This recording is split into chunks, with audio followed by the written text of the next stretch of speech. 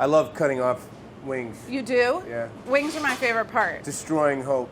Hey guys, it's Carla. I'm here in the Bon Appetit Test Kitchen today with Michael Shannon from Frankie and Johnny in the Clair de Lune on Broadway. Thanks for coming. Oh, my pleasure. Yeah. So today we have 20 minutes, a mere 20 minutes, to make Nashville-style hot chicken and slaw. It's ironic we're making Nashville chicken because I'm from Kentucky. I know, I heard. So, but I think I'd prefer the Nashville chicken because I like spicy stuff. Okay, so when you say it's ironic, it's not a problem. It's not a problem. It's Cool. just ironic. Great. Yeah. On a count of three, we're just going to turn around and start cooking. All right. Ready? Cool. 1, 2, 3.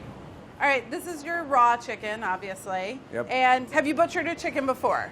No. Great. Perfect. Okay, so you've got this flexible boning knife up at the top of the cutting board. And the first thing we're going to do is we're going to take off the legs and the thighs kind of in one piece. What I want you to do is just kind of feel for the place in between where the drumstick looks like it's meeting up with the carcass. Yeah. That's where you want to put the knife. So then picking up the knife It's like again. where this little stretchy kind of armpit area is. Exactly. It's like the armpit of the leg. That's a very good way of describing it. And then you're going to want to cut in that place. Just make a little slash to start, just kind of breaking through the skin. Yeah. And you'll see how it opens up now. You can see the side of the breast and the leg and the thigh piece. Uh-huh. And then putting your knife, drawing it from that kind of crease up by the side of the breast down towards the opening, the front side of the chicken closest to you. Uh-huh. And you can make like shallow cuts if you aren't feeling 100% to start, but you just want to keep the knife as close to the body as possible, if that makes sense. Yeah. And then you feel like it's kind of opening up like a book in a way, and at that point you can cut it freely away from the body. The legs are off. Oh, what? Both sides? Yeah. Oh my, really? Yeah. Okay, I'm gonna do my second side then. That was fast. I'm sorry. But you got the leg and the thigh of both sides off of that body. I wouldn't say that with absolute certainty, but I'm holding a piece of chicken in my hand. Okay, so just set those aside, and we're gonna take off the wings. All right, so with the wing, it helps me a lot if I kind of like pull the whole arm or the whole wing part of the chicken kind of straight up, and then I can really see the end of the joint where it's connecting to the body. Oh, yeah. And just like kind of running the knife all the way around the joint. Mm-hmm. The thing with butchering is like if you feel like you have to force it, you're in the wrong spot. That's the thing with everything. Right? Yeah. I agree. What is are you a light meat person or a dark meat person? I would eat this whole chicken Fabulous. in one sitting. Perfect. Okay, so once you have your 2 wings off, you can go ahead and put the carcass, get it all the way off on that parchment-lined rim sheet tray, the furthest away from you. The one furthest away from me? And then we need to separate the leg and the thigh into 2 pieces. Oh, boy. So I want you to try to find the place where the drumstick joint connects to the thigh bone. And then just cut right in between. It should, if you're in the right spot, it should go through without too much trouble. I think this is really where I'm showing that I don't know what I'm doing. But I did it. You did it? You got it separated? And I can kind of pull the skin back over so Yeah. that you can't see really that I kind of messed it up. Okay, cool. 2 drumsticks, 2 thighs? Oh, man. I'm completed. Yeah, complete. Complete? Okay, great. You can bring the empty bowl in front of you. We're going to get into dredging. So actually, before we do that, I just want you to pepper all these chicken pieces. There's a small bowl of salt and there's a big bowl of salt. Using the big bowl of salt, really generously seasoned. If we had time, I would have done this the day before. It's kind of stressing me out because my mom's in the other room watching at the monitor. Oh, really? And she's really good cook. She's a really good cook? Oh, I man. think she'll be pleased. Yeah. So bring the empty bowl onto your cutting board. Empty bowl on my cutting board. Yep. And then crack those 4 eggs right in. See, this is something I had to learn to do for my play on Broadway because I'm a short order cook, so I do the one-handed crack. I can crack, but I can't open. I can try. I wish you could watch this. See, look at that. Bam. I cracked and broke the yolk by trying to open it at the same time. That one, yeah, that broke. Yeah, one day. Oh, well. Let me know when your 4 eggs are in, and we're going to add this buttermilk. So I poured this whole thing in? Oh, the whole thing in. And then we need to measure out 2 tablespoons of Tabasco. I'm finding that a vigorous shaking has actually got my 2 tablespoons. Have you ever gotten Tabasco sauce in your eye? I have, actually. When you have like a pepper seed on your finger and then you rub your eye? Yeah, and even hours later, if you touch your face, you're doomed. So I just dump this right in? Yep, 2 tablespoons, and then whisk that. You should have a whisk somewhere. I do. And then as soon as that looks like all the egg is fully broken up in there, we're gonna do dry, wet, dry with the chicken pieces. I think I'm whipped. You're whipped. Okay, let's do it. Bring that flour close to you, and now this is when we can put our small bowl of salt. Small bowl of salt, Yep, yeah. and then maybe with the dry whisk in the salt into the flour. Salt into the flour, got it. Yep. All right, so now go a couple chicken pieces at a time, and you can use your fingers or tongs to toss it in the flour. And then a lot of recipes would tell you to pat all this flour off, but I'm actually kind of after that kind of floury crust. So you could give it a couple light shakes coming out of the flour and then right into the buttermilk. Gotcha. And then go with a couple more pieces of chicken. Right into the buttermilk. What do I do? Do I put it on the wax paper when I'm done? No, let them hang in the book. You should just have floured and gone into the buttermilk for now. Oh, okay. And then just let me know when all 6. But Toss. where do I'll just put them down? Okay, got it. So growing up, did you cook with your mom? Sometimes it was, Mom would get home from work and she'd be tired or whatever, so I'd try and jump in. help out. Yeah. Was she like, leave that to me? Well, it was always better when she did it. I didn't really know what I was doing. Same for me growing Yeah. up. All right, so are all your chickens floured and buttermilked? Yeah. And then go back from out of the buttermilk back into the flour. Okay, back in the flour. Yeah, and it's okay if like some of the buttermilk is still dripping off. Oh yeah, it's real messy. Is it? All right, so I it's like gonna look like they don't all fit, and they kind of don't, but just using the tongs and your hands, just toss all those chicken pieces until Into they're the coated. grease? No, coat them with the flour. Oh yeah. So once they're all been dredged. This chicken is covered with stuff. Okay, great. 3 So different let's layers check. of stuff. So are my you fingers. You should be at 325 on the fry temperature taker thinger. It says 330 Perfect. something. Okay. So one at a time. Don't drop them in because the oil's hot. Okay. Just put them in there and just shaking the flour off as I go. But again, some of that cragginess is good. It's like cement. Oh. I mean, my yeah. fingers. Oh, yeah, me too. I breaded my fingers. Yeah. If I fried them, they'd be delicious. And then it also is going to look like it's pretty crowded in there, but we're going to move everybody around in a sec. All right. Use your tongs to make sure they're submerged. And then we're going to turn the heat up just because my temperature dropped all the way down to like less than 300. Oh, wow. I'm going to turn the big dial on the front of this burner till the readout says 375. Okay, next thing, you've got a little timer on your station. I want you to hit that minute button up to 15. Okay. And then we're going to use the fry time to make our slaw. 15. 15. Oh. Awesome. Grab this big, gigantic glass bowl. Yeah. And we're going to make the dressing. Okay. So you have a squeeze bottle of mayonnaise. And there Real should be mayonnaise. like real mayonnaise. We don't mess around with the fake mayonnaise. You should have a 1 cup measuring cup. I do. And then we got to measure out a cup of mayo. Cup of mayo. All right, into the bowl. Okay, and then you've got a honey bear. So A cup of honey? No, in the little measuring cup, measure out a tablespoon of honey. Tablespoon. Got it. Yep.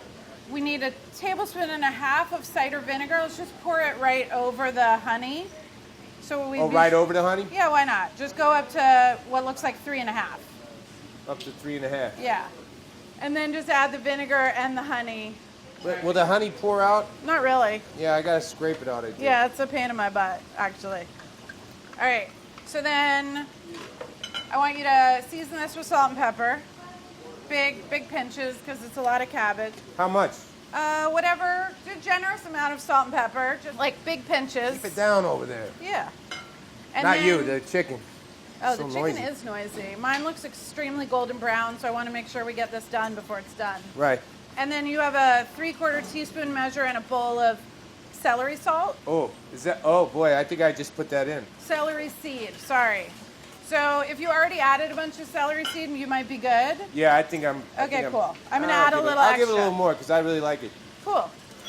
And then just set this bowl aside and we'll do our cabbage. So we're gonna do half of each head of cabbage. So you can start with the green one. Cut that guy in half. Set the other half aside. And then, oh, he's already slicing. You've used a mandolin before. No, I'm just slicing the cabbage in half. And then when you're done with that, using the mandolin blade, you can use the safety glove, should you choose. Okay. And then just want you to run the cabbage back and forth across the blade, thinly slicing. So you shouldn't have to press down too hard, but you want to keep it flush against the kind of beige part, you know, the grooved part. All right, let me know when you're done with your green guy. I feel like we need to check our chicken, even though there's 3 minutes. I've got 3 minutes on the timer, but the color is looking amazing, and I just want to make... looking like perfect, you know. So see if you could pull out a thigh piece. Thigh piece. Move it onto this cooling rack right here by the fryer. Right. And then there's a digital thermometer. You just need to unfold it so the probe comes out. Yeah. And then try to get it into the thickest part of the chicken without hitting the bone, because that'll give us a false high reading. Oh yeah, this guy's done. I got 194. Pull it out. Chicken's coming out. That's All great. All the chicken's out. Man, it looks delightful. I have like a shell on this. It looks like cornflakes. Yeah, that's exactly cornflakes. That's what you want. Is your green half of cabbage? It's totally, yes, it's great. Totally shredded. Okay, Yes. So then let's do the red one. Cut your red cabbage in half. Set one half aside.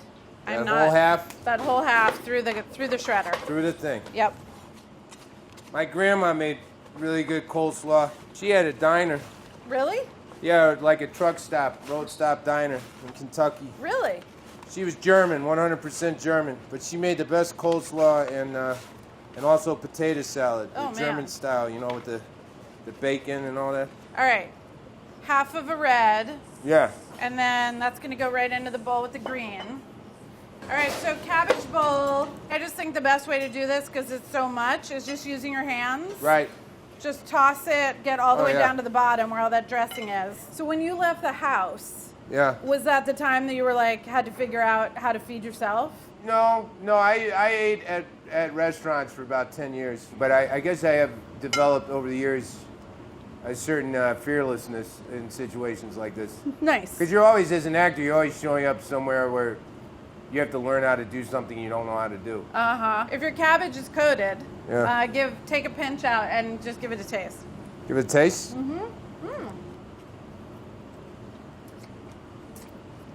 Yummy. Pretty good. Okay, so now we're actually going to take the fry oil and season it. So the first thing is using your ladle. Yeah. Carefully, because this fry oil is still really hot. Yeah. Ladle 1 cup of fry oil into the measuring cup. So we're just going to use the oil that we fried the chicken in to make like a hot, fat basting oil. And I'm glad we're not just throwing it out, you know. We're exactly. putting it to use.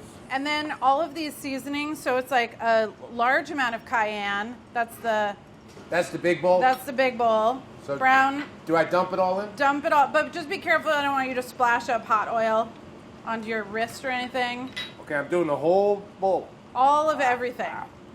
Yeah. And then use the whisk to just make sure all of those spices are incorporated. Uh-huh. And it's great when dry spices like that hit hot oil, it like blooms all of their compounds. Mm-hmm. So this oil, like even though it's just sitting for a minute, is going to infuse Oh, you can smell it. rapidly. Yeah. You smell it. It smells spicy. That was a large amount of cayenne with paprika, chili powder, granulated garlic, and brown sugar. So this should be sweet and smoky and spicy. And so bring your chicken close to you. Hold Bring your chicken close to you. and then using the basting brush, just dip the brush into the oil and then brush that all over the chicken pieces. And so this is like, you're still gonna have all the crunchies. Mm-hmm. And we haven't burned off all these seasonings. And then this whole outer crust. Ooh, look at that. Hot stuff. Oh boy. All right, so now we're gonna build our plates. All right. And instead of making a sandwich, just want to put like a slice of white bread. This is like the landing pad. It's not really going to help you when things get hot, and then just choose your 2 favorite pieces and just putting them right on top. It's hard to pick amongst my children. I know. And then grab a few pickles. Oh, yeah. Put those on top or around. Make a little pickle presentation. And then I got to get this chicken out of the way and we'll serve up some slaw. You should have a side bowl. There you go. Awesome. Ready? Yeah. Ready. Oh, Extremely beautiful. Thank you. Craggy. Yeah. And shaggy. Yeah, you can. Yeah. Yeah. They look related. Yeah.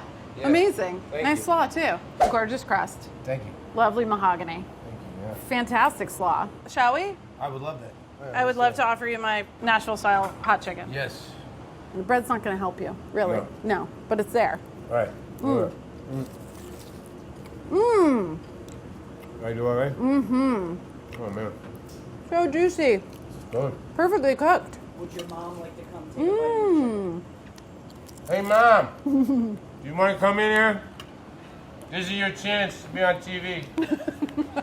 Or the internet. Yeah, Oh, she's that's a no. yeah, she's After the cameras are off, she can take it. yeah. Oh, will you come back sometime? Maybe do an omelet? Yeah, that'd be great. Awesome. Maybe we should go to the real spicy zone. Yeah. Maybe we should get into some ghost peppers. and Yes. stuff. Yeah. Okay. Yeah. It's a deal. It's a date. I've never seen a ghost pepper. Have you? No, it's, that's their You thing. can't see them. Yeah. They're invisible.